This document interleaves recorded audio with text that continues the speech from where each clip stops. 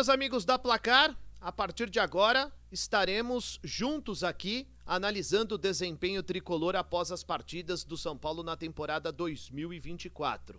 E agora, o São Paulo classificado às quartas de final da Taça Libertadores. No primeiro compromisso no Uruguai 0-0, hoje 2-0 no Morumbis, com mais de 60 mil pessoas, com gols de Bobadilla e Caleri. O São Paulo que entrou em campo com apenas uma modificação, acho que a gente pode colocar dessa forma, a ausência do Ferreirinha lesionado, com o Wellington Rato entre os titulares. Antes que a gente possa falar um pouquinho sobre a escalação, vamos entender o que foi o São Paulo nesse confronto. Com justiça, conseguiu a classificação à próxima fase da competição. No primeiro duelo, conseguiu cozinhar o adversário no Uruguai e foi uma estratégia, você pode gostar ou não, mas foi uma estratégia adotada pela comissão técnica comandada pelo Zubeldia.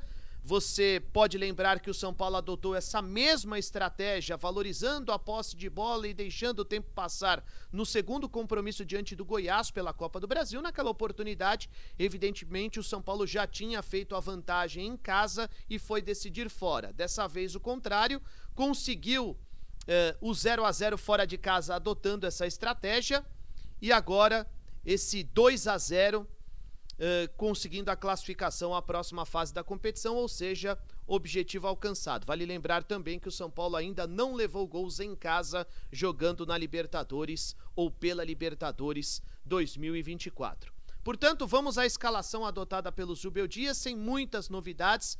O Ferreirinha foi ausência na escalação, lesionado, vai ficar fora por cerca de 2 meses. Portanto, a comissão técnica não vai contar com o atacante durante um bom tempo. E ele optou pelo Wellington Rato, ou seja, para corrigir uma posição ou para substituir um atleta, ele mexeu em duas. Porque com a entrada do Wellington Rato pelo lado direito, o Lucas foi deslocado para a esquerda. O Lucas já jogou nessa função, se sente confortável. O Lucas atrás do centroavante, pode jogar pela direita, pode jogar centralizado e pode jogar pela esquerda. O Wellington Rato, que foi muito importante na temporada passada, o Nestor voltou de lesão nessa temporada, mas ainda não entregou tudo aquilo que sabe. O Wellington Rato já vem atuando melhor com a camisa do clube e por isso foi a opção do treinador pelo lado direito, com o Luciano centralizado e o Lucas na esquerda. Nas demais posições, o Rafael, o Rafinha na lateral direita, já que o Igor Vinícius ainda não reúne condições de jogo e, sinceramente, não sei se o Igor vai voltar imediatamente no time titular. O Rafinha tem jogado muito bem e deve permanecer no time principal. Arboleda e Alan Franco, a dupla de zaga considerada titular. O Alan Franco, desde a chegada do Zubeldia, tem jogado muita bola e hoje é o dono da posição. O Ferrarese fica apenas como opção no banco de reservas e na esquerda o Wellington, que hoje não tem reserva, né? Porque o Patrick tá machucado e, portanto, caso o São Paulo não tenha o Wellington, terá que improvisar um outro jogador nessa função, no caso, Michel Araújo. No meio, o Bobadilla, que marcou o primeiro gol do São Paulo, Luiz Gustavo, na verdade, na primeira função, Bobadilla saindo um pouco mais para o jogo, Luciano centralizado, hoje com o Wellington Rato na direita, o Lucas na esquerda e o Caleri como centroavante, o autor do segundo gol. Para que ele possa acomodar Luciano e Lucas juntos, o Lucas tem que jogar mais pelos lados para que o Luciano possa jogar nessa função atrás do centroavante. É uma ideia para acomodar todo mundo e o São Paulo tem se comportado muito bem com o Zubeldia. O São Paulo consegue ter regularidade e por isso está caminhando nas 3 competições. No primeiro tempo, o São Paulo teve mais de 75% de posse de bola, portanto, total domínio do tricolor, que cedeu poucas chances e conseguiu o primeiro gol com o Bobadilla, um chute na entrada da área. No segundo tempo, logo no início, a cabeçada do Caleri no belo lançamento do Wellington Rato, que também entrega essa característica ao time. Ele lança muito bem, passa muito bem e a bola parada dele é sempre muito perigosa. Portanto, dos pés do Wellington Rato, o lançamento para o Caleri para o segundo gol do São Paulo e depois o São Paulo só administrou o restante da partida para conseguir a qualificação. Inclusive no finalzinho, o Nacional do Uruguai teve algumas oportunidades, mas não conseguiu ter eficiência para incomodar o goleiro Rafael, portanto a classificação é merecida do São Paulo à próxima fase da competição. Depois Nestor entrou, Marcos Antônio, André Silva, são jogadores que estão agradando internamente e serão utilizados a qualquer momento, como hoje entraram na segunda etapa. Enfim, o São Paulo, a partir de agora, vai pensar no Botafogo na próxima fase da Libertadores, um confronto muito complicado.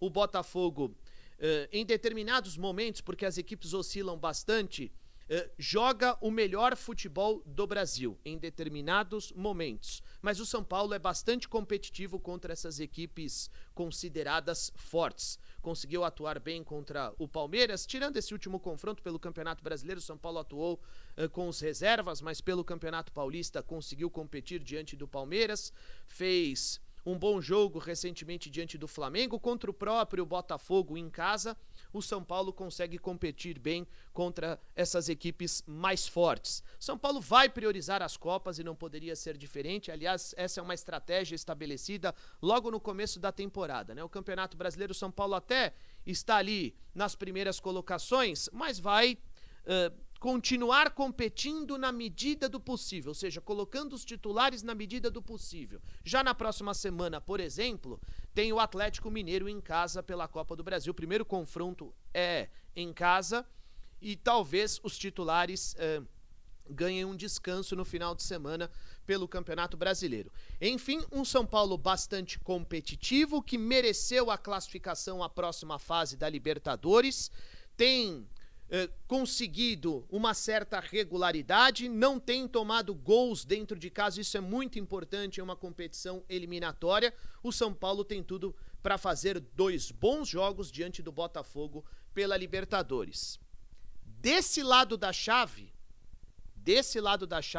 acho que a gente pode considerar o São Paulo um dos favoritos a chegar à final da Taça Libertadores 2024. É isso, galera. Bom, encontro marcado a partir de agora aqui nas redes sociais da Placar. Nós vamos analisar o desempenho tricolor na temporada 2024. Não apenas na Libertadores, não. Campeonato Brasileiro, Copa do Brasil, São Paulo caminha bem nas 3 competições. Grande abraço.